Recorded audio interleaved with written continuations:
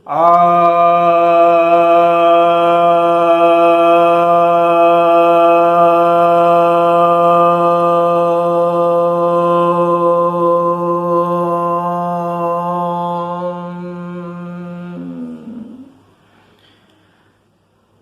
भक्तजनों को सप्रेम नमन।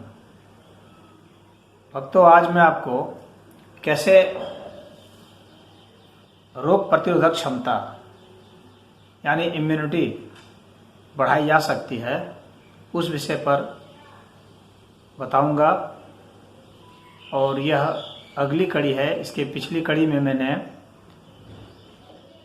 आयुर्वेदिक काढ़ा के जरिए कैसे इम्यूनिटी बढ़ाई जाती है वह मैंने बताया था। आप उसको अवश्य देख लेंगे उस वीडियो को, अगर नहीं देखे हैं तो। और उसके बाद आज मैं आपको बताता हूं कि हम लोग के रहन सहन में परिवर्तन करके किस तरह से इम्यूनिटी बढ़ा सकते हैं, और रहन सहन में गड़बड़ियों की वजह से कैसे हम लोग की इम्यूनिटी घट जाती है। ये जब दोनों ही चीज़ें आप जानेंगे तो आपके लिए बहुत सरल हो जाएगा।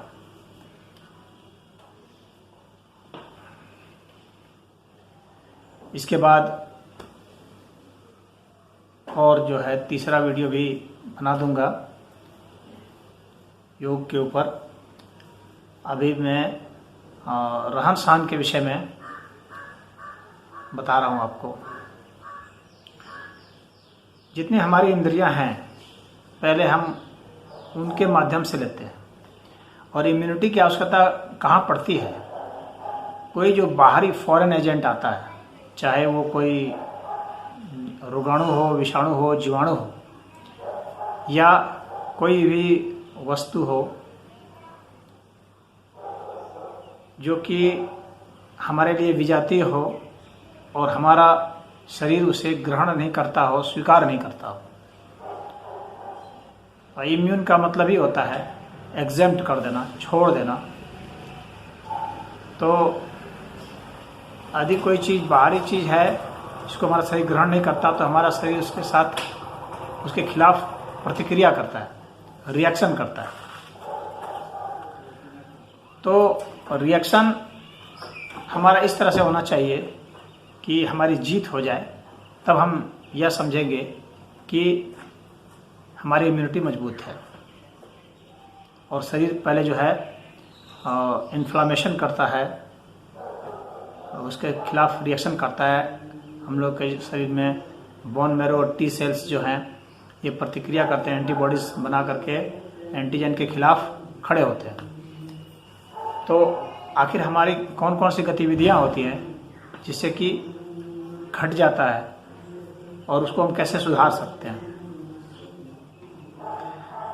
सबसे पहले एक मैं छोटा सा उदाहरण देता हूं, दृष्टांत से शुरू करता हूं, अच्छा रहेगा। मेरी जान पहचान में एक वृद्ध हैं, 89 ईयर्स के हैं, और वे कुछ योग विशेष कुछ भी नहीं करते, कुछ व्यायाम विशेष भी कुछ भी नहीं करते रहे जीवन भर में, और वे बीमार नहीं पड़ते। उन्हें भूख भी खूब लगती है। तो मैंने जानने की कोशिश की आखिर ऐसा हो क्यों रहा है, आखिर क्या कारण है कि उनकी जो है रोग प्रतिरोधात्मक क्षमता इतनी ज़्यादा है। तो दो चीज़ देखने में आती है।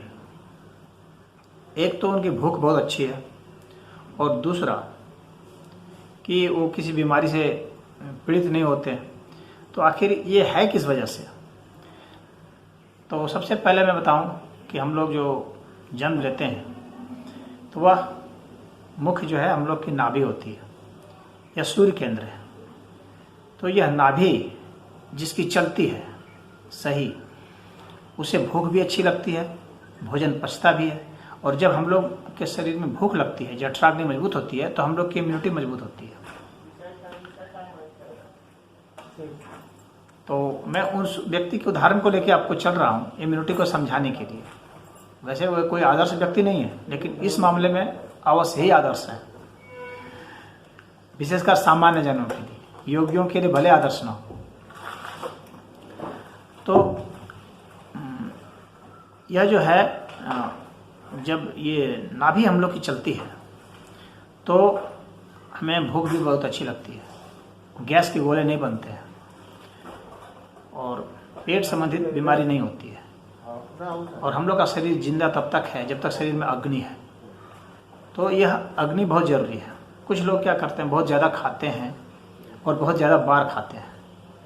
तो बहुत ज़्यादा भी खाने वाले जो हैं उनकी इम्यूनिटी घट जाती है, बहुत कम खाने वालों की भी इम्यूनिटी घट जाती है और ज़्यादा बार खाने वालों की इम्यूनिटी घट जाती है। ज़्यादा बार खाने का मतलब हो गया कि भोजन अभी ठीक से पचा नहीं और हमने फिर भोजन ग्रहण कर लिया। आयुर्वेद में बताया गया है कि कम से कम 6 घंटे होने चाहिए एक भोजन से दूसरे भोजन के मध्य अंतराल में। तो 6 घंटे इसलिए क्योंकि भोजन पच जाएगा। अगर नहीं पचेगा और आप खा लेंगे तो शरीर में बहुत सारे जहर तैयार हो जाएंगे, विजातीय तत्व तैयार हो जाएंगे और हम लोग का शरीर जो है अपनी इम्यूनिटी लॉस कर जाएगा, भूख लॉस कर जाएगा और शरीर खुद ही प्रतिक्रिया करेगा अपने अगेंस्ट में। और आप जानते ही हैं कि हम लोग के भीतर में लिम्फोसाइट्स होते हैं, लाइजोसोम्स होते हैं, तो वे सब जो हैं हम लोग के शरीर को भी खुद भी खाने लगते हैं। तो हमारी इम्यूनिटी घट जाती है। इसलिए भोजन जितनी भूख हो उतनी ही करें और ज़्यादा बार नहीं करें। जिस व्यक्ति को रोग हो जाए उसके लिए सबसे अच्छा यही होता है। देखते हैं जब रोग होता है हमें तो हम लोग को खाने की इच्छा नहीं होती। क्यों? क्योंकि यह प्राकृतिक है। यानी जब हम उपवास में होते हैं तो हम लोग की प्रतिरोधक क्षमता ज़्यादा होती है। वनस्पति की जब हम खाते हैं तो हम लोग का शरीर की जो ऊर्जा है उसको पचाने में लगती है और वैसे में शरीर जो है अपना डिफेंस नहीं तैयार कर पाता है, उसका डिफेंस कमज़ोर पड़ जाता है। और जब शरीर को पचाने में नहीं लगे, ताकत ऊर्जा नहीं लगानी पड़े, तब वो अपने डिफेंस में ताकत लगा देता है। तो इसलिए उपवास के समय हम लोग की इम्यूनिटी ज़्यादा बढ़ जाती है। और देखेंगे आप पशु पक्षियों को भी, तो उनको कोई बीमारी होती है तो वे खाना पीना छोड़ देते हैं, उससे उनकी इम्यूनिटी बढ़ जाती है। आप पशुओं का बारीक निरीक्षण करेंगे तो इम्यूनिटी बढ़ाने का यह सिस्टम है उपवास। जितना ज़्यादा भूख है उतना ही ज़्यादा भोजन होना चाहिए, अत्यधिक भोजन नहीं करना चाहिए। इसके बाद एक चीज़ देखता था मैं उनको कि आखिर इनको भूख कैसे लगती, क्यों लगती है। अब प्रश्न यहाँ यह खड़ा होता है। तो भूख लगने के पीछे कारण मैंने देखा तो वे लेटे बहुत रहते थे और योगियों की भाषा में जो है जिसको बृहस्पति प्राणायाम कहते हैं वह अपने आप करते थे। हालांकि उस प्राणायाम को वे जानते नहीं थे, परंतु स्वाभाविक रूप से ही, या आप इसको एक्सीडेंटली कह लें, तो उसको वे करते थे। तो वह कैसे किया जाता है मैं आपको भी करके दिखाता हूँ।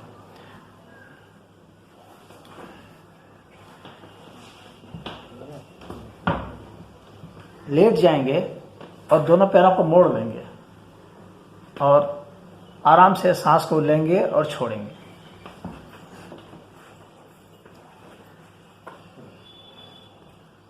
दोनों पैरों को मोड़ लिए, नाभि को चलाएंगे।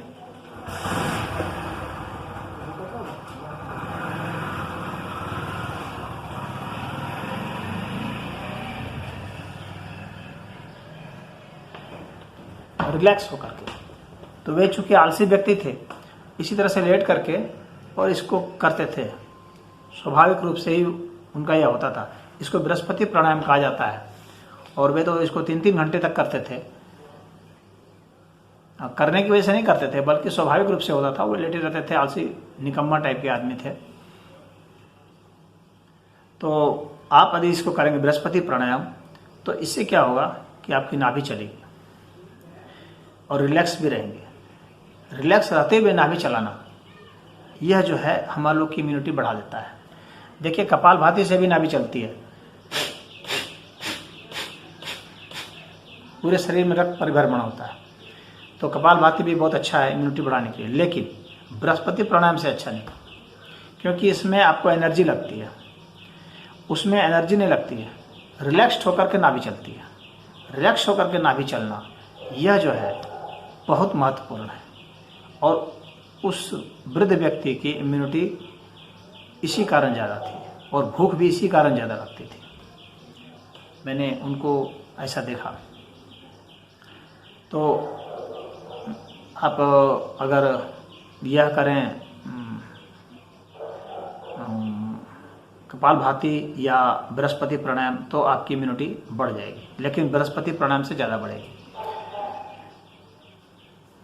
इसके साथ ही अब मैं दूसरे चीज़ पर आ रहा हूँ। वह है कि हम लोग बाहर से जो संपर्क बनाते हैं वह अपनी इंद्रियों के माध्यम से बनाते हैं। तो कैसे बनाते हैं? तो अपनी आँख के माध्यम से बनाते हैं। बाहर की प्रकाश छवि आँख के जरिए हम लोग शरीर में प्रवेश करती है, या बाहर के जो भी रोगाणु जीवाणु हैं आँख के जरिए प्रवेश कर सकते हैं। दूसरा त्वचा के जरिए। तो यह जो इंद्रिय, त्वचा इंद्रिय और आँख की नेत्र इंद्रिय, अब इसको देखते हैं। तो प्राकृतिक रूप से हम जो जिनको धूप मिलती है, जो बाहर मजदूर रहते हैं, देखते हैं आप उनको वे कम बीमार पड़ेंगे। धूप जो है हम लोग की त्वचा में जब पड़े और आँख में जब लगे धूप, क्योंकि धूप से बहुत सारी तरंगें आती हैं जो हम लोग को मजबूत करती हैं। बहुत सारे रेडिएशन आते हैं जो हम लोग के लिए बहुत अच्छे हैं, हम लोग की शक्ति को बढ़ाते हैं, आँख की शक्ति को बढ़ाते हैं।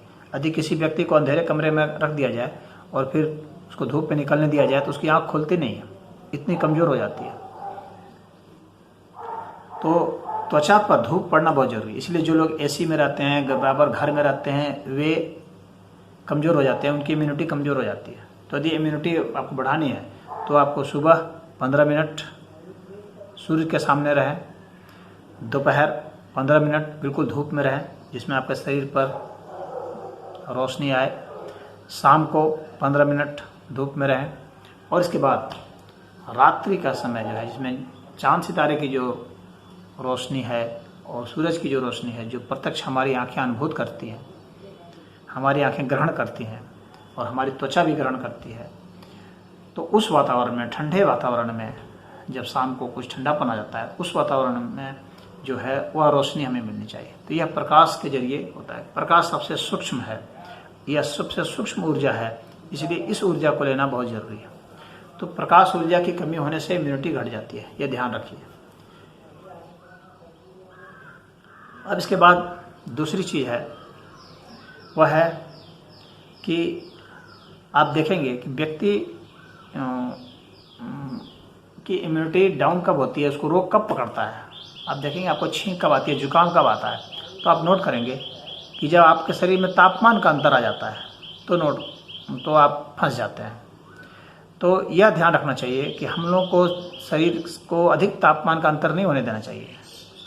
हम लोग का शरीर जो है एक फिक्स तापमान पर, जैसे 37 डिग्री सेल्सियस पर हम लोग का शरीर काम करता है। तो अगर हम लोग ज़्यादा तापमान का अंतर वो करेंगे, इधर से उधर, उधर से उधर जाएंगे ज़्यादा, एकाएक गर्म से एकाएक ठंडे में चले गए, एकाएक ठंडे से एकाएक गर्म में आ गए, एकाएक गर्म से आए पानी पी दिए, तो इस तरह से जब हम एकाएक बहुत ज़्यादा ही तापमान के अंतर कर देते हैं अपने शरीर में, बाहर से आए नहा लिए तुरंत, तो हमारी इम्यूनिटी घट जाती है और हम बीमारी में फंस जाते हैं। तो यह समझ लेना चाहिए कि हमें तापमान में बहुत ज़्यादा अंतर नहीं करना है। अपने शरीर को थोड़ा ठंडा होने दीजिए, तब जा कर के स्नान कीजिए। बाहर से आए हैं तो थोड़ा शरीर को ठंडा होने दीजिए, तब पानी पीजिए, तुरंत पानी नहीं पिए। बाहर से आप आए हैं गर्म से, तुरंत एसी में प्रवेश मत करें, थोड़ी देर आने के पहले ही एसी आप बंद कर दें, शरीर को थोड़ा सा एक्लिमेटाइज होने दें, और उसके बाद शरीर जो है तैयार होगा इसके लिए धीरे धीरे, तब जाके प्रवेश करें। एकाएक आप एसी से निकल करके गर्म में जगह जाएंगे, या बाहर निकल गए, गाड़ी से निकले एसी से बाहर निकल गए, या अपने घर से एकाएक निकल के एसी में चले गए, तो इन दोनों ही स्थितियों में आप फंस जाएंगे, आपकी इम्यूनिटी घट जाएगी। तो इम्यूनिटी को बढ़ाने के लिए इस चीज़ का ध्यान रखिए कि तापमान का अंतर नहीं होने दीजिए। तो ये त्वचा इंद्रिय का मुख्य है। तीसरी बात इसमें जोड़ना चाहता हूँ कि हम लोग की त्वचा से भी हम लोग श्वास प्रश्वास लेते हैं, तो जो लोग स्नान नहीं करते या कम स्नान करते हैं, इसको साफ नहीं रखते, तो यह अस्वस्थ हो जाएगा, इससे ऑक्सीजन नहीं मिलेगा।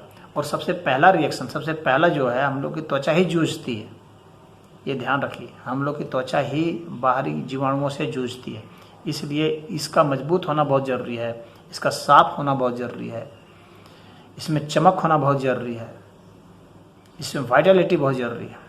तो चमक, इसमें चमक बनी रहे, ये साफ रहे, और यह जो है इसको अच्छी हवा, एरेशन अच्छा मिले, और आपके शरीर से पसीना निकले, यह जरूरी है। पसीना के माध्यम से विजातीय तत्व तो निकलते हैं, जहर निकलते हैं। अगर आप पसीना नहीं निकालेंगे तो शरीर में जहर जमा रहेगा और ये त्वचा हमारी आपकी कमज़ोर हो जाएगी।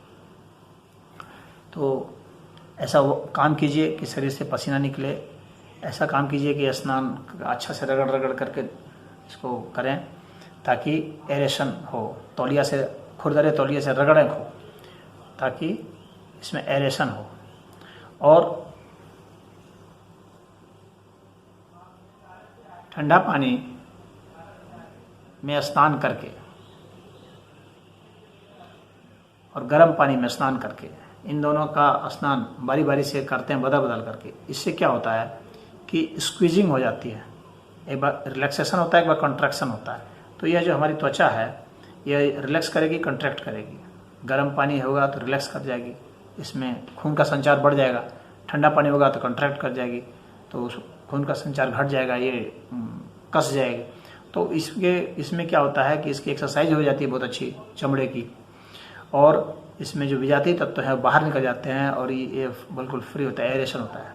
तो यह पंचकर्म क्रिया में से आता है। हम भाप स्नान करते हैं तो वेपर बाथ दिया जाता है, तो वह बहुत अच्छा होता है। तो बार बार गर्म ठंडा करके नहा करके इसको फिर बाद में थोड़ी असर कर लेते हैं। तो यह जो नहाने का तरीका है, यह आप अपनाएंगे तो आपके लिए बहुत ही अच्छा होगा, क्योंकि त्वचा आपकी सही हो जाएगी तो आपका शरीर मजबूत हो जाएगा। त्वचा में चमक रहे, इसके लिए घी का सेवन जरूरी होता है। घी हम लोग को शक्ति देता है, तो वह हमें चमक लाता है। अब इसके बाद बात करते हैं हमारी जो दूसरी इंद्रिय है। हाँ, तो वह जो, मैं आँख की एक और बात कर लूँ कि हम लोग की आँख जो है, अक्सर क्या है कि स्ट्रेस में रहती है। हम लोग आँख से वो करते हैं, सारा स्ट्रेस जो है जहर यहाँ जमता है शरीर में, आँख में। और आँख की शक्ति जो है, आँख की शक्ति मजबूत हो, इसके लिए ये जरूरी है कि आँख की एक्सरसाइज आप करें। आँख को गोल गोल घुमाना, आगे पीछे दाएं बाएं घुमाना, ऊपर की ओर देखना, आँखों से ही अक्षरों को, वर्णों को लिखना, और संभवी मुद्रा करना, यानी ऊपर की ओर ताकना, एक टक यहाँ पर, ताकि आँख की शक्ति आएगी। आँख की शक्ति आने से त्राटक शक्ति बढ़ती है और आपकी इम्यूनिटी बढ़ती है, क्योंकि आँख से ही हम अधिकतर इंटरेक्शन करते हैं सूक्ष्म स्तर पर। आँख पर अब ज़्यादा भरोसा करते हैं, तो हम लोग की आँख बहुत मजबूत होनी चाहिए। इसके बाद बात करते हैं नाक की, क्योंकि हर समय श्वास प्रश्वास के माध्यम से हम बाहरी दुनिया के संपर्क में हैं। तो हवा भीतर जा रही है, हवा बाहर आ रही है, इसी के माध्यम से जीवाणु, रोगाणु, विषाणु सब भीतर जा रहे हैं, बाहर आ रहे हैं।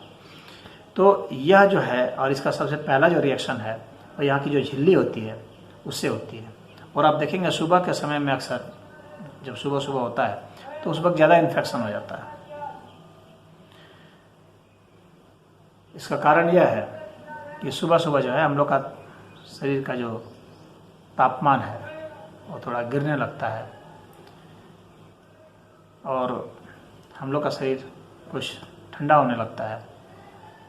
रात को हम लोग गर्म होता है तो नींद आ जाती है, धीरे धीरे ठंडा होने लगता है। और हम लोग की जो श्वास प्रश्वास की जो शक्ति है, जो सब पहला जो रिएक्शन होता है जो जीवाणुओं का, विषाणुओं का, वो हम लोग के यहाँ जो झिल्ली है नाक की, उससे होता है। तो नाक की जो झिल्ली है उसमें जो रिएक्शन होता है पहला, और कोई भी जीवाणु आएगा तो वहाँ रिएक्शन करता है, तो वहाँ इन्फ्लामेशन कर देता है। तो हमें बचने के लिए क्या करना चाहिए, नाक में इसीलिए तेल लगाने के लिए कहा जाता है, सरसों का तेल, क्योंकि सरसों में सल्फर होता है।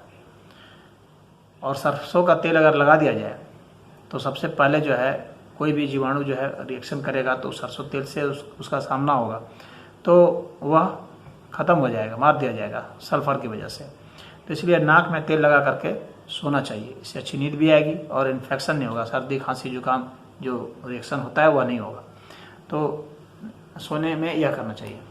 अब इसके बाद बात है कि हम लोग की जो प्राण शक्ति है वो इसी श्वास प्रश्वास से ही है। तो हम लोग को अधिक से अधिक लंबी सांस लेनी चाहिए और अधिक से अधिक लंबी सांस छोड़नी चाहिए। इससे क्या होगा, ऑक्सीजन अधिक से अधिक शरीर में जाएगा और अधिक से अधिक जो है कार्बन डाइऑक्साइड और दूसरे जो गैसेस हैं, चाहे नाइट्रोजन डाइऑक्साइड है, नाइट्रोजन पेंटॉक्साइड है या सल्फर डाइऑक्साइड है, इस तरह की जो गैसें हैं या फॉस्फोरस पेंटॉक्साइड है, ये सब बाहर निकल जाएंगे। तो जितने ऑब्नॉक्सियस गैसेस हैं, प्रदूषित वायु हैं, ये बाहर निकल जाएंगे, हम लोग का फेफड़ा शुद्ध हो जाएगा। फेफड़ा हम लोग का जो है यही प्रतिक्रिया करता है, सबसे पहले प्रतिक्रिया जो है फेफड़े से ही होगी, जीवाणुओं की सूक्ष्म स्तर पर जो होगी वो फेफड़े से ही होगी। तो इसलिए हम लोग के श्वास नली और फेफड़ा काफ़ी मजबूत होना चाहिए और इसके लिए ज़रूरी है प्राणायाम करना। तो इसीलिए आप कपालभाति प्राणायाम करें, उज्जयी भ्रामरी प्राणायाम करें, ओंकार प्राणायाम करें और नाड़ी शोधन प्राणायाम करें। तो ये प्राणायाम आपको बहुत लाभकारी हो गई।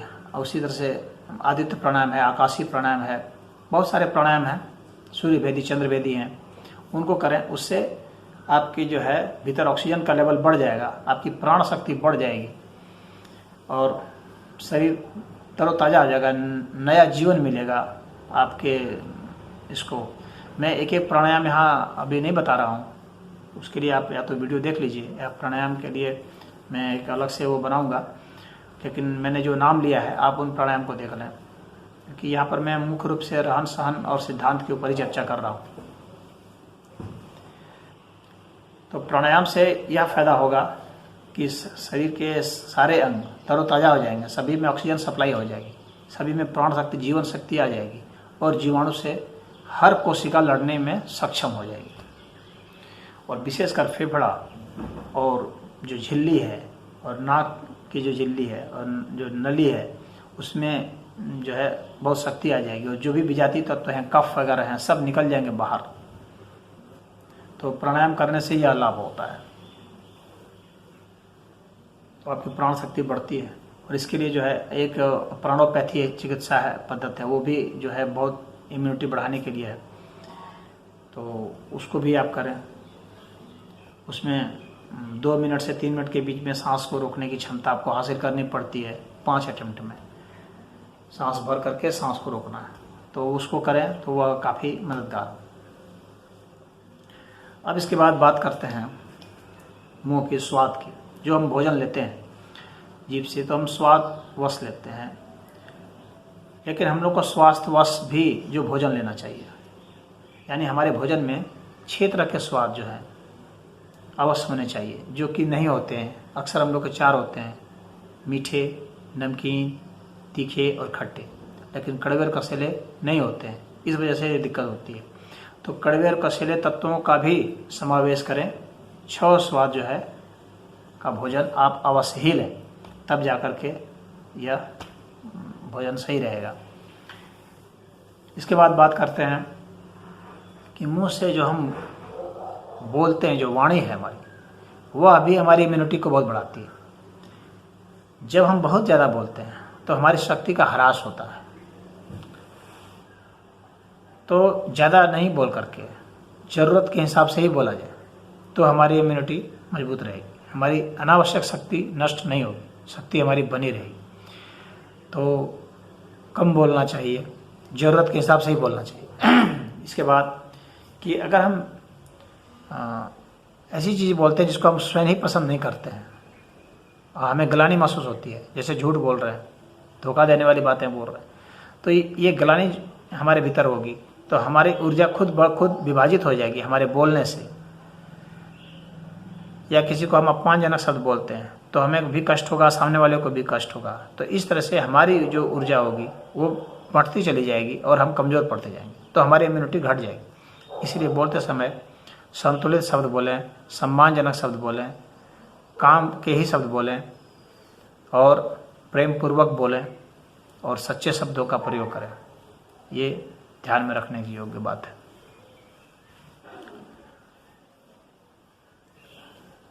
इसके बाद एक चीज़ और बताना चाहता हूँ कि जो मैं भूल रहा था, छूट गया था, नाक से जो हम श्वास भरते हैं तो उसमें एक तो वायु का संचार तो होता ही होता है, परंतु साथ में जो वायु के जरिए गंध भी हम लोग के शरीर में प्रवेश करता है। तो गंध का बहुत बड़ा महत्व है। गंध जो है पृथ्वी तत्व है, वो बहुत बड़ा महत्व रखता है, क्योंकि पृथ्वी का सूक्ष्म तत्व जो है उसमें आता है। तो हम किस तरह की खुशबू को लेते हैं या बदबू को लेते हैं, उसके हिसाब से हम लोग की इम्यूनिटी बढ़ती है या घटती है। तो बदबूदार जगह में यदि हम बहुत रहेंगे या बदबूदार जगह में बिल्कुल नहीं रह पाएंगे, इन दोनों ही स्थितियों में हमारी इम्यूनिटी घट जाएगी। यानी कुछ लोग जो हैं जो कि बदबू बिल्कुल पसंद नहीं कर सकते, और कुछ लोग हैं जो कि बदबू में भी बहुत देर तक रह लेते हैं।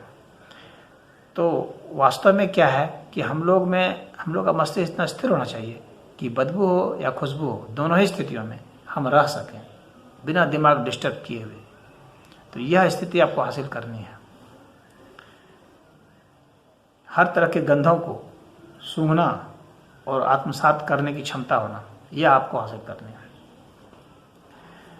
और जिस चीज़ को हम पसंद करते हैं, जैसे फूल की खुशबू है उसको पसंद करते हैं, तो उसको हम ज़्यादा लेते हैं, लेनी भी चाहिए, श्वास पर श्वास बढ़ जाती है। लेकिन जो बदबू है उसको हम कम लेने की कोशिश करते हैं, सांस बंद कर देते हैं, नाक बंद कर देते हैं।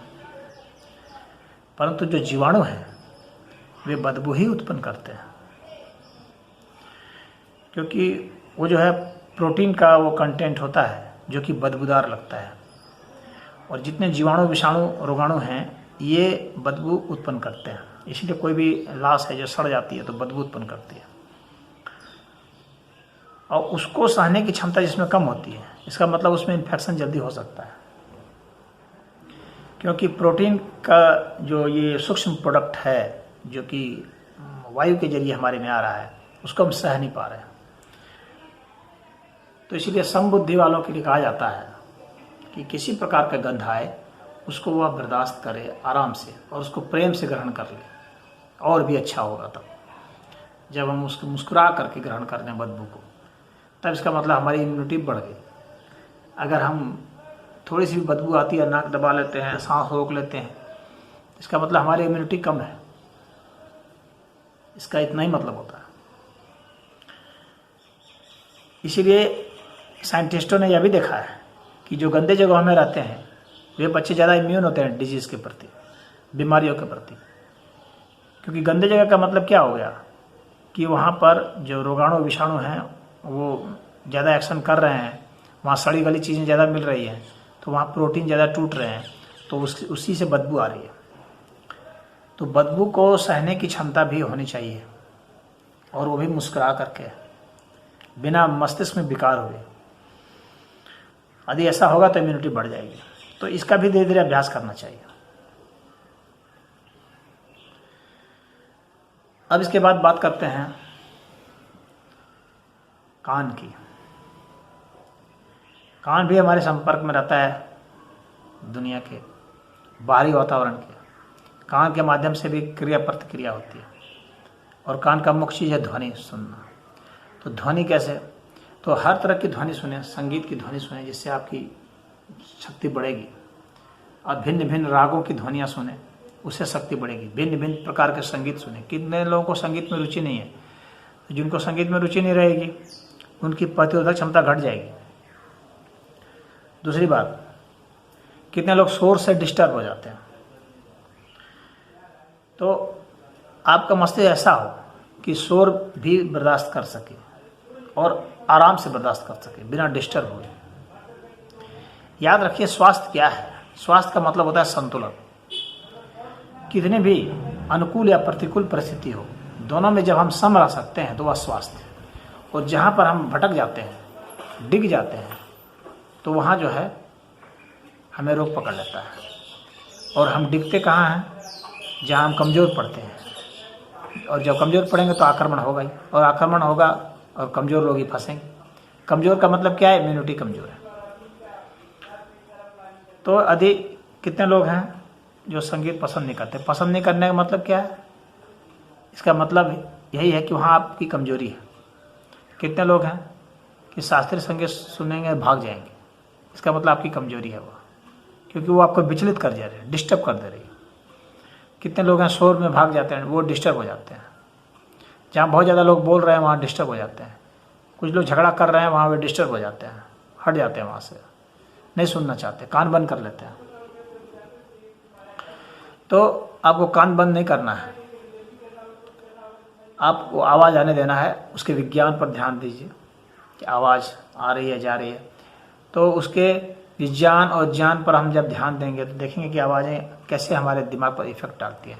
साउंड एनर्जी से ही ये पूरे ब्रह्मांड की उत्पत्ति हुई है। और साउंड एनर्जी का मतलब ये जो खोल करके ऑब्वियस साउंड एनर्जी है वह नहीं, बल्कि इसका जो मुख्य स्रोत है जिससे साउंड एनर्जी उत्पन्न हुई, मैं उसकी बात कर रहा हूँ। उसको स्फोट कहा जाता है शास्त्रीय भाषा में, यानी साउंड एनर्जी का जो सोर्स है वह जो है उत्पन्न किया है। तो साउंड एनर्जी के प्रति हमारा बहुत ही ज़्यादा संबंध है, पूरे अस्तित्व का संबंध है। तो इसीलिए साउंड के प्रति हम संवेदनशील होने चाहिए, क्योंकि भाषा जो है वो बोलना तभी महत्व रखता है जब सुनना हो। तो ध्वनि के प्रति संवेदनशीलता होनी चाहिए, तभी हम भीतर के अपने जो समाधि में जाते हैं तो अंतर्ध्वनि सुन सकते हैं। जो सामान्य ध्वनि ही नहीं सुन पाते हैं वे अंतर्ध्वनि क्या सुनेंगे? तो ध्वनि को बहुत बारीकी से सुनिए और बिना डिस्टर्ब हुए सुनिए, चाहे शोर हो चाहे किसी प्रकार का संगीत हो। कुछ लोग अच्छी बातें हैं सुनते हैं, गंदी बातों पर कान बंद कर देते हैं कि गंदी बात मत सुनो। वह एक नैतिक अर्थ में तो अच्छा हो सकता है, लेकिन अधिक गंदी बात आपका माइंड को डिस्टर्ब कर दे तो आपकी इम्यूनिटी के लिए तो अच्छा नहीं है। गंदी बात भी अगर आ रही है तो हम सुन लें मुस्कुरा के, ये अलग बात है कि उसको हम हटा दें, हमारे उपयोग के लिए नहीं है, हटा दें। लेकिन हमारा माइंड डिस्टर्ब नहीं होना चाहिए। हमारा माइंड उसको अपने आप छांट देगा कि हमारे उपयोग की नहीं है, छांट दिया। तो बातें कैसी भी हो, अच्छी हो बुरी हो, चुगली की हो या जैसी भी हो, सुनने का दमखम होना चाहिए। ये दमखम जो है ना, यही इम्यूनिटी है। तो वह होना चाहिए हमारे में। अब इसके बाद बात करते हैं गले की। यह जो है यह बहुत महत्वपूर्ण है, क्योंकि इसी के माध्यम से अब मैं इस पर आ रहा हूँ, जो हम लोग का कर्मेंद्रिय है उस विषय पर मैं आ रहा हूँ।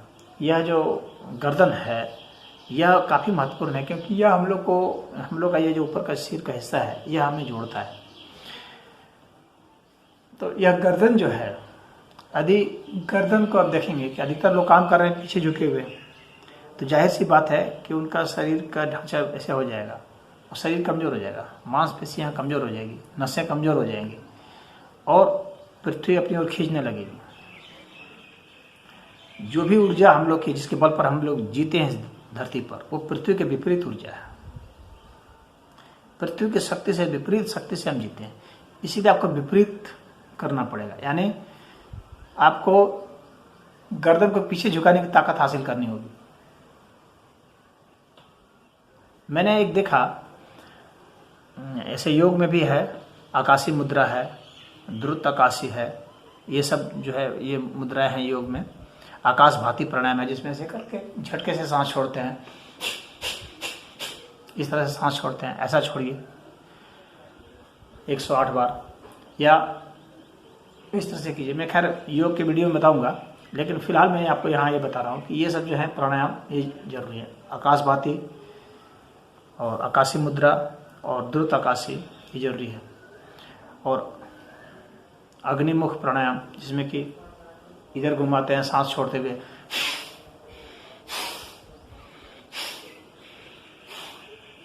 चक्रिका प्राणायाम, जिसमें कि सांस को यहाँ जुटा कर छोड़ते हैं, इधर छोड़ते हैं, पीछे छोड़ते हैं, इधर छोड़ते हैं, इधर छोड़ते हैं। ये सब जो प्राणायाम है, चक्रिका प्राणायाम, ये काफ़ी बढ़ाते हैं।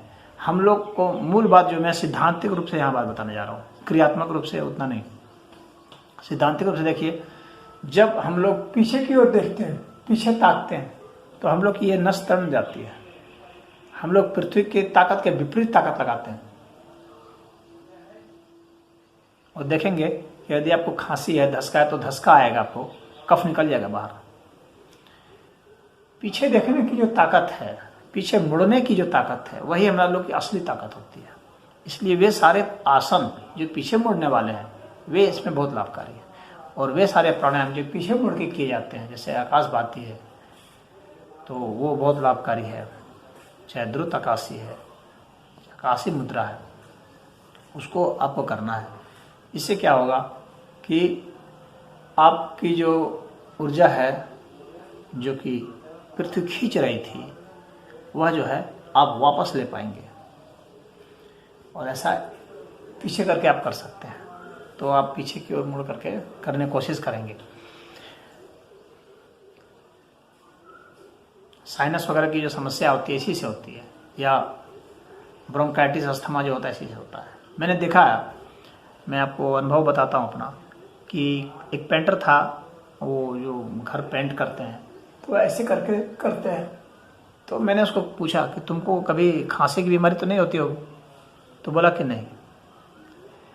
तो मैंने पूछा कि जानते हो क्यों? तो बोला कि नहीं, जानता नहीं हो। तो मैंने उसको बताया कि तुम ऐसे करते हो, क्योंकि इससे अपने आप आसन और प्राणायाम हो जाएंगे।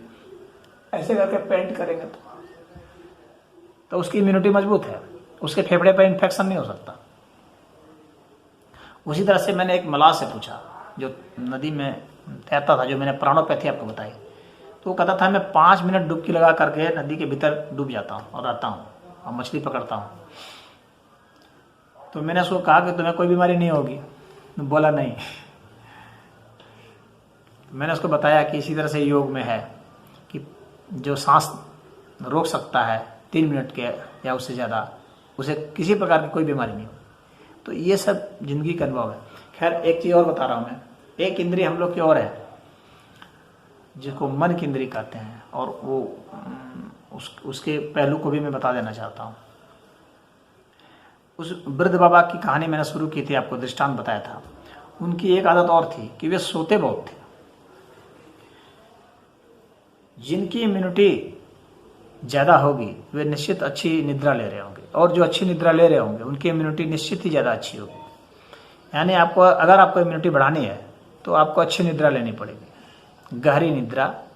अगर आप ज़्यादा सोएंगे तो आपकी रोग प्रतिरोधात्मक क्षमता बढ़ जाती है, क्योंकि नींद में शरीर पूरा अपने को रिपेयर करता है। नींद में शरीर सफाई करता है, जूझता है, जीवाणुओं, विषाणुओं, रोगाणुओं को समाप्त करता है।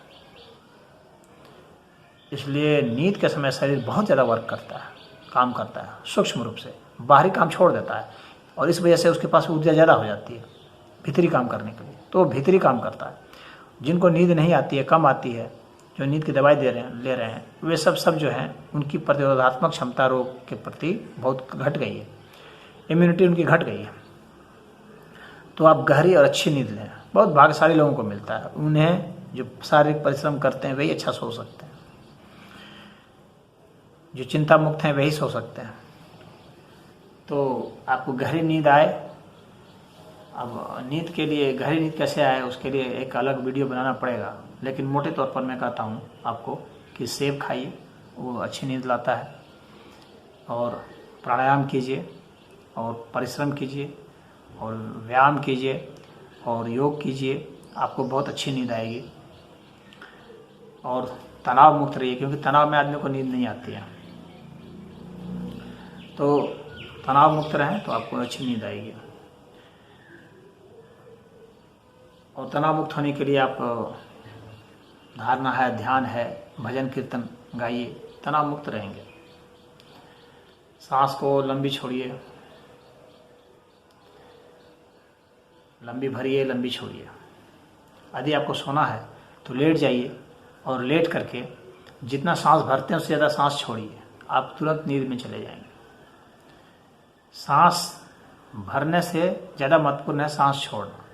यदि आप ऐसा करते गए, मात्र 10-15 सांस भी आप करेंगे तो सो जाएंगे, नींद आ जाएगी। ये नींद आने का बहुत अच्छा तरीका है। फिर योग निद्रा होते हैं, एक एक चीज़ पर ध्यान देना, अंगूठे पर, फिर एड़ी पर, तलवे पर, घुटने पर, पिंडली पर, सब चीज़ पर ध्यान देते हुए, यहाँ पर सब चीज़ पर ध्यान देते हुए हर सांस पर, एक सांस इस पर ध्यान दें, अगली सांस तलवे पर ध्यान दें, उसके अगली सांस टखने पर ध्यान दें। इस तरह से करते हुए पिंडली पर, घुटने पर, जांघ पर, कमर पर, तो इस पर ध्यान देते हुए नाभि पर, इस तरह से आप हर सांस को ध्यान देते हैं और आप देखेंगे कि आप बहुत गहरी निद्रा में चले गए। तो ये अच्छी निद्रा में, योग निद्रा में जाने का बहुत अच्छा उपाय है। आपको गहरी नींद आएगी और इम्यूनिटी आपकी बढ़ जाएगी।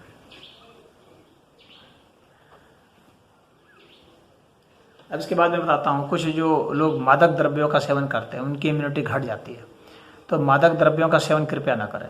शराब है, गांजा, भांग, चरस, हशीश, ये सब उत्तेजना पैदा करने वाले या डिप्रेशन पैदा करने वाले हैं, इन सब से मुक्त रहें, क्योंकि ये इम्यूनिटी आपकी घटा देंगे। अब इसके बाद बात करता हूँ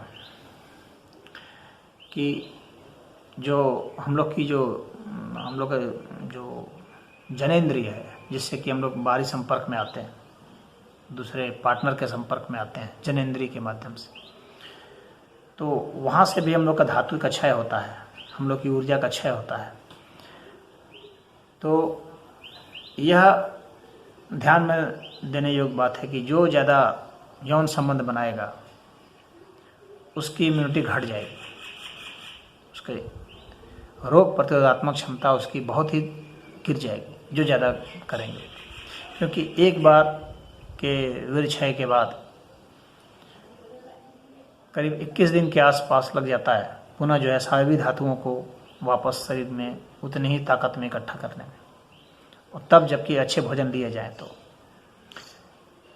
इसलिए अच्छे भोजन आप ग्रहण करें और एक संबंध और दूसरे संबंध के बीच में 21 दिन का अंतराल रखें, तो आपकी इम्यूनिटी एकदम मजबूत रहेगी। और अगर आपने नहीं रखा ऐसा तो आपकी इम्यूनिटी घट जाएगी, आपकी वीर्य शक्ति घट जाएगी। ये तो भौतिक वीर्य है, अलग अलग शरीर के अलग अलग वीर्य होते हैं, सूक्ष्म शरीर के भी वीर्य होते हैं और प्राण शरीर के भी वीर्य होते हैं। तो ये सारे वीर्य घटते चले जाते हैं। तो इस चीज़ का भी ध्यान रखेंगे। बहुत लोग दवाइयों का सेवन कर करके ही बहुत ज़्यादा यौन संबंध बनाते हैं और सोचते हैं कि ये हमारी बहादुरी है, वीरता है हमारी, और उनमें इसकी भूख होती है बहुत ज़्यादा। तो यह जो है आप अपने शरीर का नुकसान करते हैं। एक रोग होता है कि राज अक्षमा बोलते हैं, वह रोग होता है जो ज़्यादा यौन संबंध बनाते हैं उन्हीं लोगों को होता है। तो राज अक्षमा या उसके जैसे और भी रोग आपको ना हो जाए, तो टीबी है या अन्य कोई भी रोग जो है वो सब उसी के जरिए होते हैं जब आपका ब्रह्मचर्य कमज़ोर पड़ जाता है। तो इसलिए 21 दिन का संबंध जो है, 21 दिन का अंतर जो है संबंधों के बीच में आप अवश्य रखें, तो इससे आपकी कंटिन्यूटी जारी रहेगी, आप में यौन कुंठा भी नहीं होगी और जो है आपकी इम्यूनिटी भी कमज़ोर नहीं होगी और गृहस्थ सुख भी आप ले पाएंगे।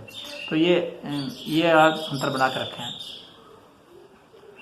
और जो है अश्वगंध है या शिलाजीत है या ये इसके साथ जो है ताल मखाना, सफ़ेद मूसली, सतावर, सालम पंजा, इन सब चीज़ों का आप सेवन करें। खजूर, छुहारा, दूध सबसे ज़्यादा जल्दी आपको वापस जो है अपनी धातुओं को वापस लाने में मदद करता है। और घी, उसमें घी डालें। तो यह जो है आप करेंगे तो आपका यह ठीक रहेगा।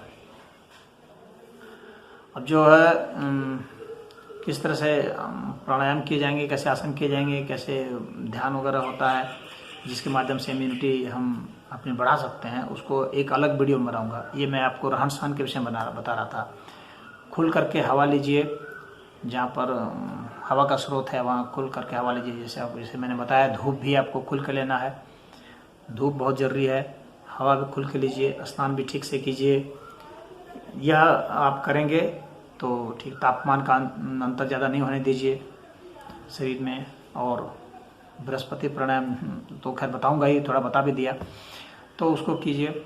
भूख अच्छी लगनी चाहिए। एक भोजन से दूसरे भोजन के बीच में 6 घंटे का अंतर रखिए। हर समय नहीं खाते चबाते रहिए, उससे शरीर में आपके विजातीय तत्व बहुत बढ़ेंगे और वे बहुत नुकसानदायक होंगे, चर्म रोग बहुत पैदा करेंगे। तो इन सब चीज़ों का ध्यान रखिए।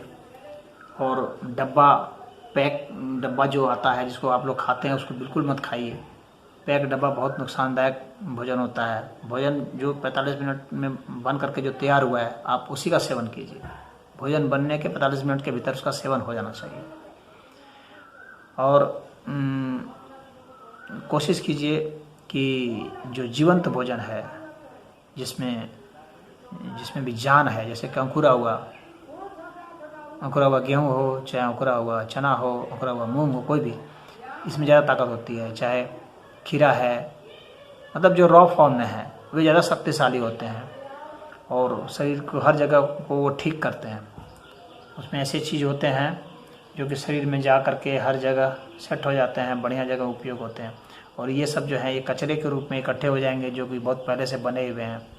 उसमें जो है वाइटल एनर्जी नहीं होती है। एनर्जी तो होती है, वाइटल एनर्जी नहीं होती है। खाली एनर्जी होना काफ़ी नहीं होता है, वाइटल एनर्जी बहुत ज़रूरी है। जैसे कि आप सिर्फ कैल्शियम खाएं और जो है आप दूध का कैल्शियम जल्दी हजम हो जाएगा। आप आयरन की गोली खाएं और आयरन जैसे सेब में मिलता है वह लें, तो सेब का आयरन बहुत जल्दी हो जाएगा। तो भले वो आयरन है, लेकिन वो वाइटल आयरन है, वह ऐसा आयरन है जो कि लिविंग फोर्स के साथ लगा हुआ है, उसमें लिविंग एनर्जी है। तो वह आयरन सामान्य आयरन नहीं है, वह कैल्शियम सामान्य कैल्शियम नहीं है। तो जिसके साथ जो है जो ताज़ापन है, फल जो है, जो ताज़ा फल है वो फायदा करेगा, फल फायदा करेगा, सब्जियां फायदा करेंगी। और जो आप ये सब खाएंगे तली भुनी हुई चीज़ें, ये सब नुकसान पहुंचाएंगे। ये ध्यान देने की बात है जो मैं आपको बताना चाह रहा था। तो अपने भोजन में इन सब चीज़ों का समावेश कीजिए, फ्रूट्स का, वेजिटेबल्स का समावेश कीजिए। दूध में देसी गाय का दूध लीजिए और देसी गाय का घी खाइए।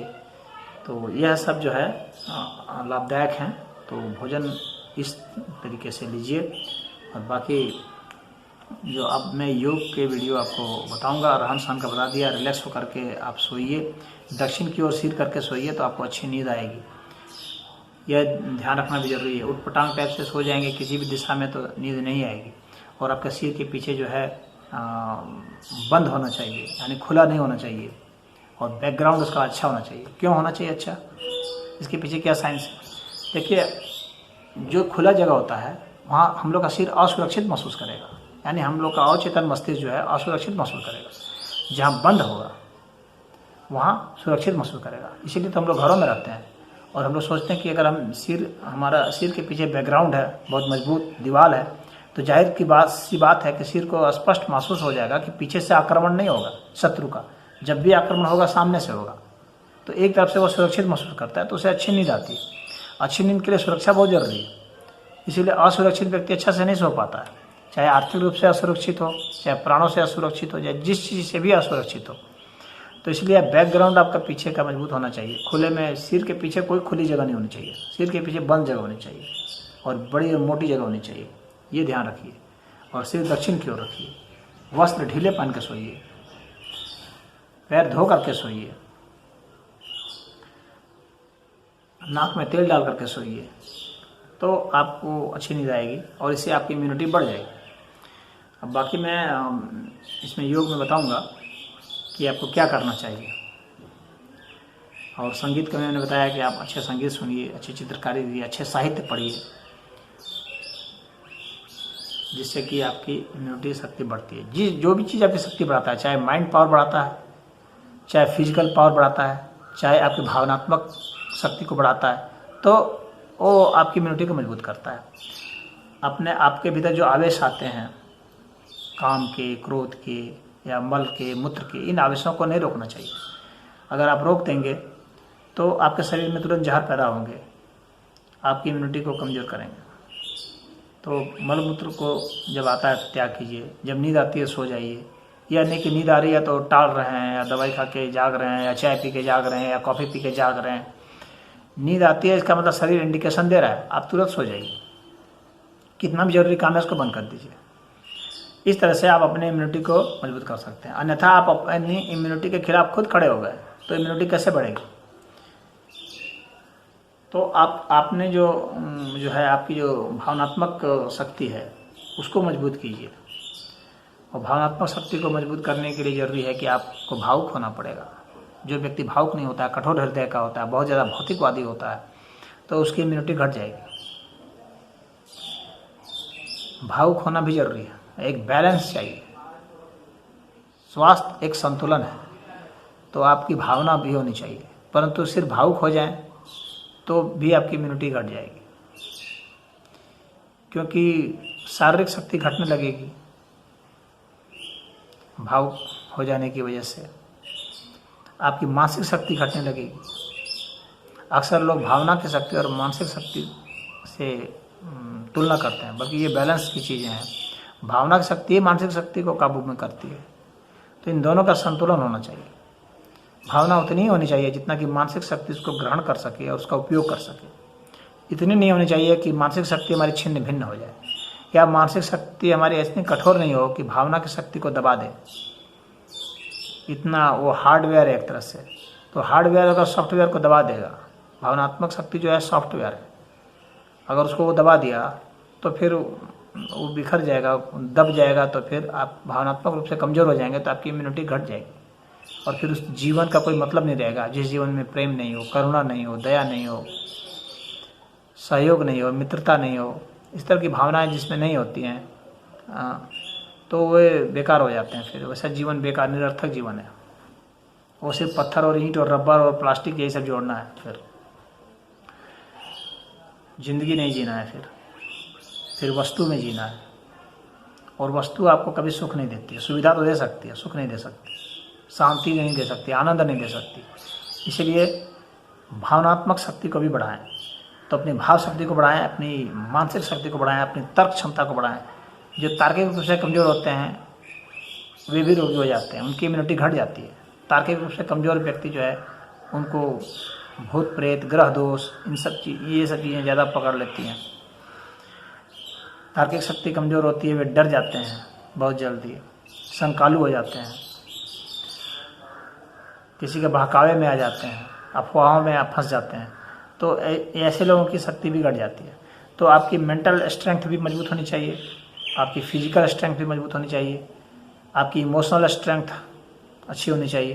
तो ये सब सारी जो है शक्ति बढ़ना होनी चाहिए। और फिर जो है आत्मशक्ति तो खैर होनी चाहिए, मनस्शक्ति होनी चाहिए, अंतःकरण की शक्ति होनी चाहिए। तो सभी शक्तियाँ जब मजबूत होती है तो हमारी इम्यूनिटी मजबूत होती है। इम्यूनिटी जो है एक समिष्ट रूप से एक है, ये कलेक्टिव फैक्टर है। यह कोई एक चीज़ नहीं है, यह एक कलेक्टिव फैक्टर है जिसका कि इफेक्ट, कलेक्टिव इफेक्ट आता है वह। इसीलिए किसी एक चीज़ से ही ये सिर्फ बढ़ती या घटती नहीं है। इसीलिए कोई वैक्सीन दे दे और सोचे कि इससे इम्यूनिटी हमारी हो जाएगी, तो ऐसा कुछ नहीं होगा। अगर उस रोग के प्रति होगा तो अन्य रोग के प्रति वो संवेदनशील हो जाएगा। तो एक जो जनरल इम्यूनिटी होती है वह मजबूत होनी चाहिए, क्योंकि किसी भी तरह के प्राणी हमला करें तो वो उसे डील कर ले, उसे निपट ले। यह आपको करना है। तो जनरल इम्यूनिटी के लिए आपका ओवरऑल आपके जितने शरीर हैं सभी को मजबूत करना है। और सभी को मजबूत करने के लिए जो जो चीज़ें हैं मैंने बताई हैं उसको आप करें। और आगे भी मैं जो योग का वीडियो उस पर ही विशेष रूप से बना दूंगा, क्रियात्मक रूप से करके। अभी तो मैंने सैद्धांतिक रूप से दिखलाया आपको। ओम।